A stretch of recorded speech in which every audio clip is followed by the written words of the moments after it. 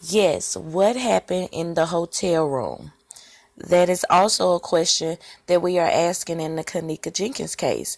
So, in this video, Moneymakers, we're just going to walk through some of the things that have similarities in these cases. And I just want y'all to bear with me because I really have some good stuff to show y'all. So, let's go. Directly upstairs, and she says at 3:30 in the afternoon she heard two loud booms, which she likened to somebody dropping something on the floor. Two loud booms, and that was shortly before, of course, the authorities were called at 3:43 after the.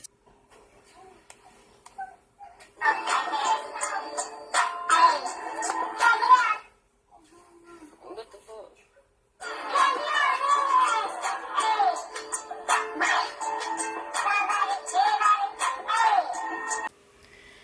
So, we know something definitely went on in both of these hotel rooms. In Kenneka's case, was she slipped the roofie? Was she assaulted? Who's to say that when Monifa picked her up off the bed and carried her out the room that she didn't hand her off to the supposed two black men that were reported by the security? Or who's to say that Kenneka didn't walk off by herself? Who's to say that Whitney didn't drown herself, in the bathtub? I don't know. But we do know something fishy happened in the hotel. All right, carrying on. Two loud booms. She heard loud voices and panic, and then she heard a siren. Now, I was just curious. I don't know.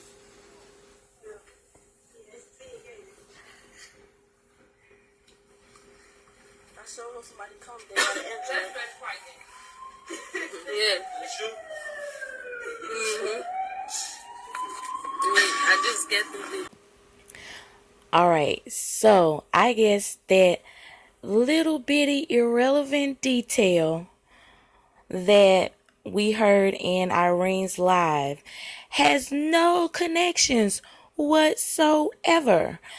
But I'm not the one to believe in coincidences, so you can't tell me that this isn't creepy as hell.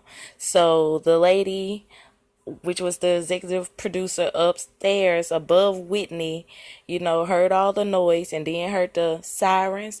And then, oh yeah, just ironically, there's sirens in Irene's live. Oh my goodness, y'all. All right, carrying on. That's the other thing with this investigation, Carlos. They're going to go back because I know the Beverly Hilton Hotel has many, many video cameras. They're going to go back. They're going to talk to people over the last 48 hours of what they saw. Was there any erratic behavior? Who was she with? Go back, and then they're going to look at the surveillance cameras. Where was she? Went from the time she was last seen over the last maybe 2 or 3 hours prior to that. Who went into her room? Who came out of her room? Who got on the elevator with her? Who was in the lobby? They're going to take a look at all try to interview people to find out what exactly happened within the last hour of her life. You look at pictures. Producing the type. Man, come on, because on the hallway, y'all should have had hallway footage. Because in a hotel, you got cameras on each end of the hallway. You got cameras in front of all the elevators. You got cameras in front of all the doors. You got cameras in front of all the entrances. You got cameras in front of all the exits. You got cameras facing everywhere. There's too much surveillance in a hotel of that, type of hotel. So there's no way that you don't have footage of her coming out of the room when she came out, with whoever she came out with, in which direction they went, and in the next angle when they appeared back up after they got off the elevator or turned the corner. Y'all, this hotel is lying, and the police are helping, and the coroner and everybody else is going to help because they're getting paid real good money. Come on, Chicago alone, y'all have now what?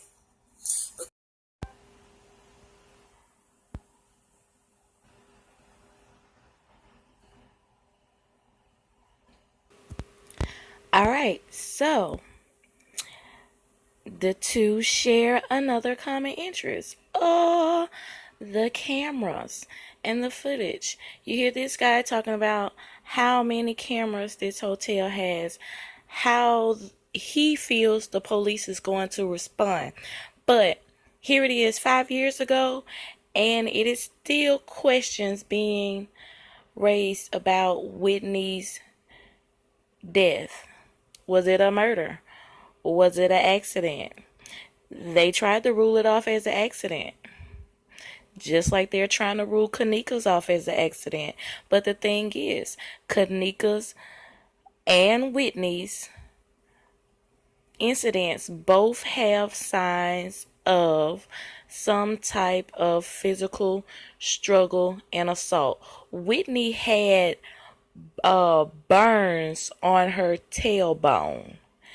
The body in the freezer, Kenneka has bruises on her backs, cuts on her foot and hands and stuff like that. So it is signs that this is not accidental.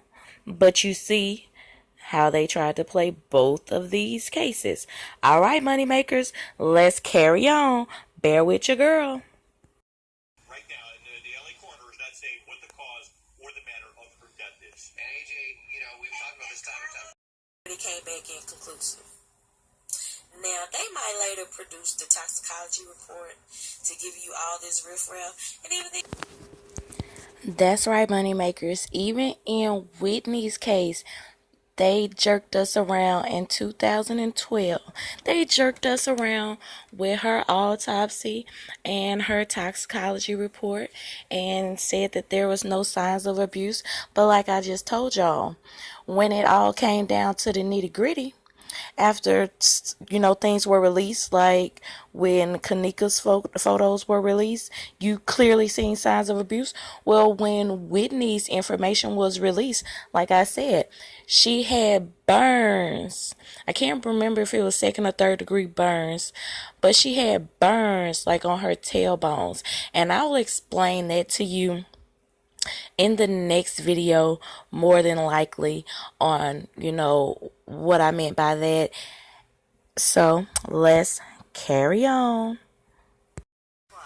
Houston was there with her daughter having a good time, but after cheers on stage, these photos of the disheveled, bloated, and agitated Houston leaving. She reportedly had blood dripping down her leg, scratches on her wrist, and had to be escorted from the club. She reportedly had blood dripping down her leg, scratches on her wrist, and had to be escorted from the club. But the people who knew her said she was simply sweating from her performance. There was nothing wrong. There was nothing wrong. She was singing. She was dancing. She was laughing. She was playing. I'm going to remember her just like that, because that's the Whitney that I always had the pleasure of being around. The pop super. Happy dancing. As soon as I walk in, I'm gonna never forget. As soon as I walked in, she shorty. You acting funny, shorty. She got that big ass smile on her face, man. Trying hard, man. What was your relationship? Videos coming out, and I have the video. See, she was fine. She was sitting there. She walked like this or none of that. So if y'all say she got no. Wow. It's crazy because they're using the same words, even though they're describing two different people.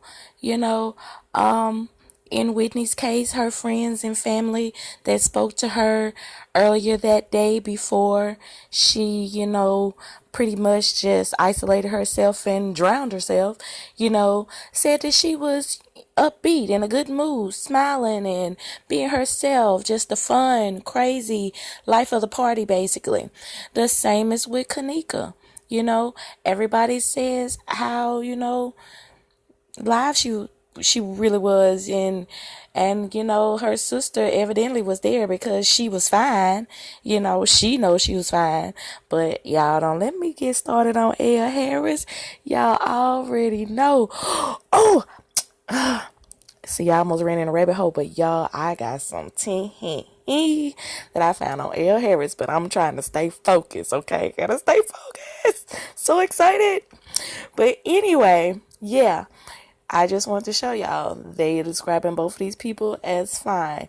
All right, now let me say this and let you move on. You know, I just posted the video that was saying that Kenneka was disabled. Well, you know that they were following Whitney around, wouldn't let her be by herself because they was basically saying she was incompetent and stuff. So I just wanted to say that now, just in case I forget to tie this in the next clip. But yeah, y'all keep that in mind. Keep that in mind. Measures, we don't know. But no, that's going to play a big role. What was found inside of that room? What kind of evidence was there on at that death scene? Because right now, it's a death investigation. Floor, nothing. There's nothing around her. And to me, I feel like these pictures were taken before the ice and the evidence were put down. Why? Because this floor is still dirty as hell. So it's not like they swept the floor or mopped the floor and got that stuff up. No, because the same little black stuff is still around, and you see, you know, the floor is dirty. It's not like it has been mopped or anything like that. And even if it was mopped, then why the hell would you put the body back in there and take more pictures? Do that make sense to you? Fuck no. All right. Now, in this picture, you see all this trash up against this wall. You see the ice. You see where the ice and stuff has started to melt. All right? Which brings me to this point, because I was asked, like, what the hell is this on the floor? Well, in my opinion, is where the ice has started melting or had melted during them fucking around with this body in this freezer after they put. So yes, some of y'all might not remember, but you know, in Whitney's case, it come back that, you know, that room, like, it had been tampered with, like some of the evidence had been moved around, added, taken away from. I remember I personally went to the grocery store and bought the tabloid. It came out in a tabloid, and they had like a couple of editions pertaining to Whitney's death. And yes, I went and bought all of them and read everything, and then, you know, watched the TV and got online and, you know, stuff like that. Even with that case, even though I wasn't a YouTuber, I probably would have been badass in that case, you know, like for real. But with Kenneka's, as y'all clearly hear me talking about, you know, that it just doesn't add up. If that's supposed to be the crime scene, which is not, the pool was the crime scene. We're going to get to that in another video. But, you know, that stuff don't add up. And I am so sorry for the smacking. But, you know, y'all go check out that video if you hadn't seen it. I'll try to get all the videos of mine. I'll try to get the descriptions in the link below. But yes, the evidence being tampered with. Ding, ding, ding. There's another thing. So, moneymakers, carrying on. 30 minutes later, her body was discovered by one of her staff members in her hotel bathtub. They called Los Angeles hip-hop artist who goes by the name of the original Young Buck. I know to be close to Ray J. He told me just a few minutes ago that Ray J was with her and is the one who found her dead in the Beverly Hills Hotel, or rather the Beverly Hills Hotel. And we don't know any other details from that. I'm hoping to speak with Ray J Norwood. But that is what we're being told by Ray J Norwood, that he just spoke with them and that he has been with them. And we have no other details. Telling the story of giving Whitney Houston CPR that last day he was with her. So, they were at the pool, and Whitney Houston wanted to go to the gym and work out, but Nick did not want to go, so Whitney left anyway. But Nick had to get up and follow her because she was not supposed to be by herself. They said that Whitney was combative that week.